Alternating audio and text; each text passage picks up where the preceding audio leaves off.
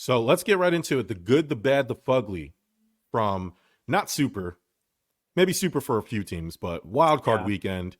And I'll get to my good, and it's going to be shocking to a lot of people. It's not going to be the Buffalo Bills. It's going to be the Tampa Bay Buccaneers. The Bake Ooh, Show, Bert. the bake Let show. Yeah. so and it's only because think about the journey that the Buccaneers were on. Yeah. Tom Brady retires, right? Yep. They sign Baker Mayfield, and he's fighting with Kyle Trask for the Uh-huh. starting job and barely beating him out. And everybody's like, oh no. They were ranked 30th in the NFL preseason power rankings, Bert. 30th.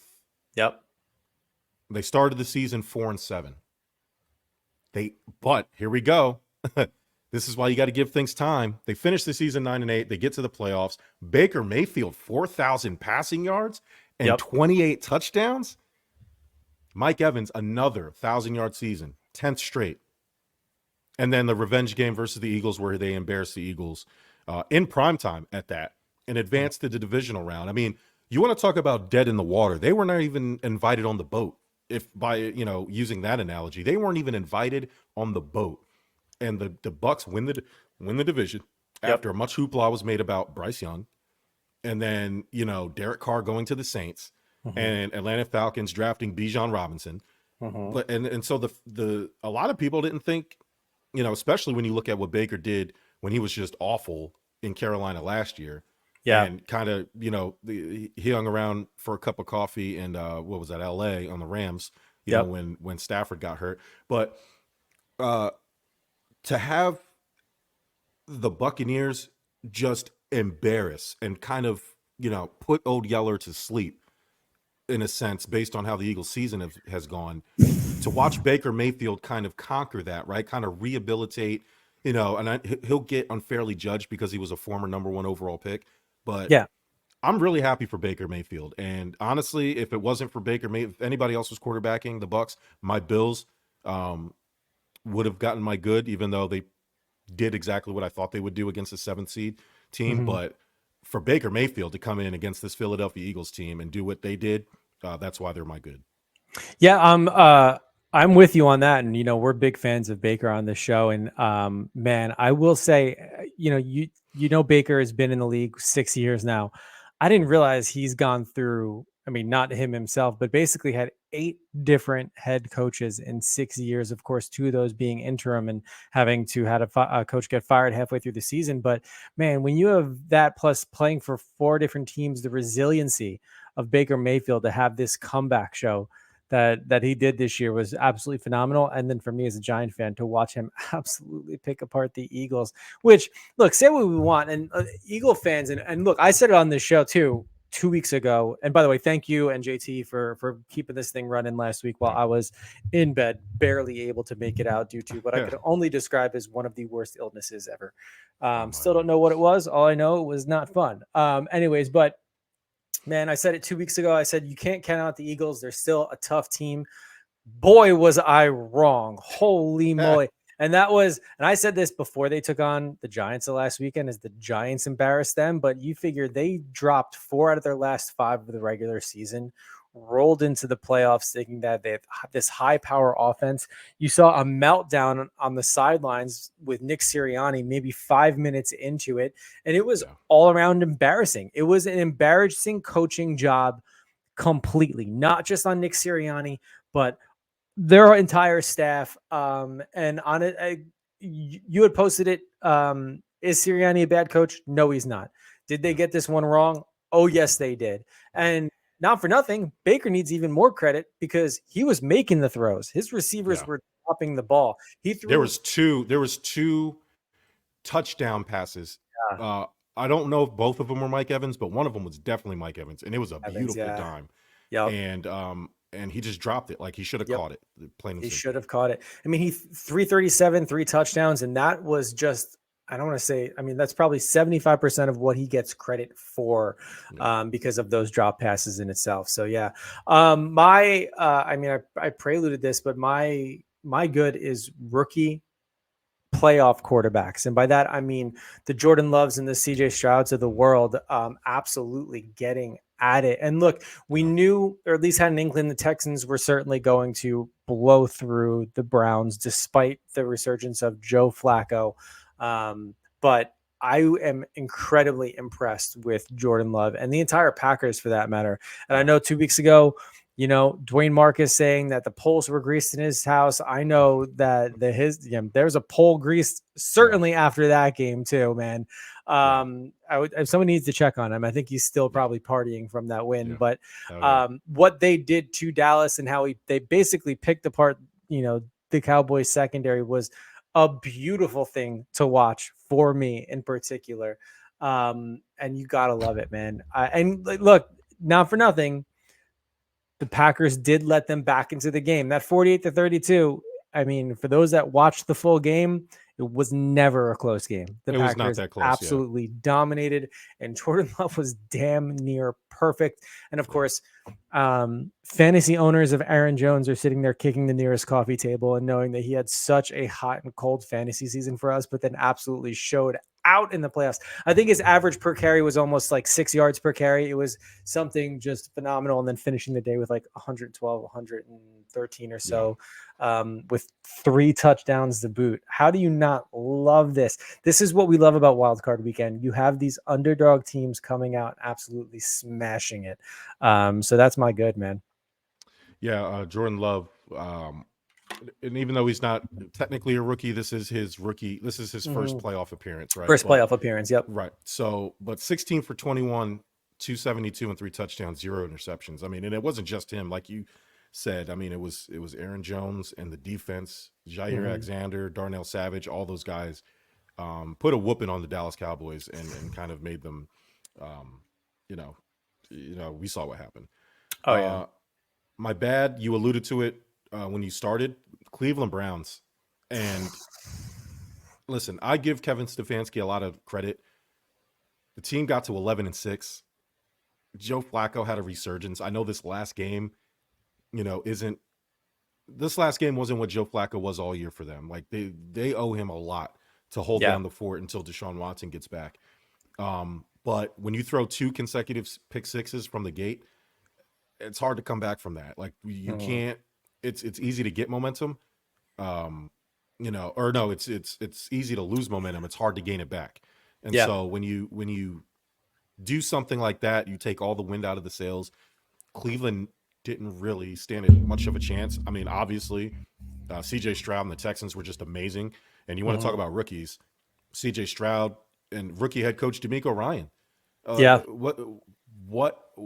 Early game ball to him, and then and they're facing injuries. They're missing their best receiver. Nico Collins stepped up, and he had a bunch of yards. I think he had 100 and he had 96 yards, but he had 6 passes, and then the game changing touchdown there. So shout out to the Texans. But yeah, my bad is definitely going to be the Browns. Yeah. So the bad was tough for me because I'm like, what am I calling bad? And then what am I calling ugly? So I think I'm going to save what I thought for my bad for my ugly. All right, look, I know we were talking about this, the bad.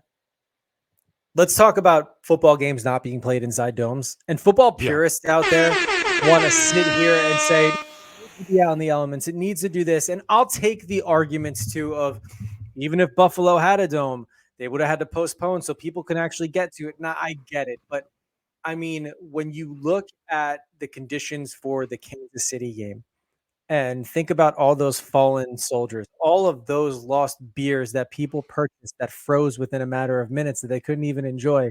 But as the players are playing on frozen tundras, and then you go to Buffalo, it's got to be postponed because of just the mountains of snow there. And I get it. That's why people love football. But for me, I mean, why not give all teams the same playing conditions? Well, they put them there. They play in the same conditions in itself, but less harsher playing conditions. Yeah. Tyreek Hill, you moron. Wear sleeves. Jesus Christ. Yeah. But postponing a game because of weather. And the bad, no domes. Like let's get into a spot where there are more arenas with retractable roofs so we don't have to postpone games in itself. I think that's what I'm going with my bad, only because I'm saving the rest for my ugly. I couldn't give, and I already kind of harped on the Eagles not doing great with, you recommending the Bake Show. So honestly, Mm. the weather sucks. And Buffalo, you guys always go through this shit. What's I going know on? it's Aaron? bad. What's It's what's bad. happening here? I got yelled at by droves of Buffalo fans They because I love it. said this is embarrassing. It's embarrassing, and we're pro dome. I don't believe in this football weather. It's not the 60s. We have TVs in the refrigerators now. It's okay to change the game. It And is. so it doesn't benefit. And here's the thing about the outside games. There's no strategic advantage to it. No. Players don't play better outside. No. I don't care about, if Miami going to Kansas City, I'm sure the cold affected them in some way. That was the least of their concern that day. But exactly, you don't think Kansas City couldn't have done that to them in a dome or in a yeah. Why would you want your multi-million-dollar athletes, and specifically if you're Buffalo, Josh Allen, to not play in the best conditions possible? It just doesn't. And Terrell Bernard, who thankfully didn't tear his ACL, he just had a high ankle sprain, still may not play this week against Kansas City, and he's best of whatever linebackers we have, got hurt because he slipped on the field. Trying to make a cut, trying to make a tackle. So it's infuriating to hear. And fine, the travel ban. Even though I do believe we could have played without the fans because we did it in COVID, the fans didn't have to be at the game. But now and then you say, let's get some people to help us shovel the snow. So the travel ban didn't matter to the people you wanted to drive. Were they paying them like $20 a day or like $20 to come in with a shovel? And then you crazy fucking Buffalo fans riding that snow slide all the way down, pushing the snow. Honestly, I will say, Germ, if there's any silver lining, that did look fun. It did. It looked fun, but it's like, okay, you did all that. You didn't even get tickets to the game, which is hilarious. But then once it's all done, okay, the weather's clear. They push the game. You look at the stadium, and it's still half full of snow anday. I know. Yeah, there was no assigned seats at the game. You basically showed up, and you had to if you dug yourself a seat. If so, schmucks like us that can't afford 50-yard line seats, if we got there early enough, we could have slid on down to right on the 50-yard line and shoveled ourselves. What if somebody had that ticket and they went there and they're like, these are my seats. I paid for these seats. Oh, well, the Bills already announced that there is no assigned seating anymore. I would have been pissed. So now, and then I'm reading a report before we came on, is that they might have to cancel because they're going to get cancel practice tomorrow because they're getting another snow banned from the lake. Why are you doing this to yourself? So now you have the travel ban, I get, but now you have to take time to shovel the stadium out, which didn't even get completed. And Terry Bagula was like, "Oh, I really appreciated, the fans coming in, doing what they got to do. It was really fun watching them throw snow in the air." Hey, you morons! You know where he said that from? He said it from his covered, heated suite. Yeah. You dumb fucks out there, just supporting, not having a dome. Your $1.4 billion stadium. That was the thing, Bert. I said, you know what? At least we're getting a $1.4 billion stadium, and it'll have a roof, and we don't have to go through any of this shit again. Oh wait. Actually, no, there is no roof. Oh, well, 70% of it is covered. Snow can still get in, guys. Guess what? Hey, Bert, Minnesota has a dome. They're in a cold weather place. You ever see Minnesota cancel a game? Because I haven't. No. I mean, Jesus. Bills fans are by far. You look very nice and comfortable. Well, yep, they look great. Outside there, yep. They sure did. And they won their game. Perfect. And Bills fans, I love the Buffalo Bills. I hate their fans. You guys are and I use this word seriously, stupid, all of you. So, my Fugly, Bert, it's hard to choose. Take your pick. Yeah. Could have went Miami, and I could have went Philadelphia, but I won't. Yep. Because Philadelphia, if anybody's been paying attention, has been collapsing basically for the last basically since the Bills game. It's weird. There's a fulcrum, right?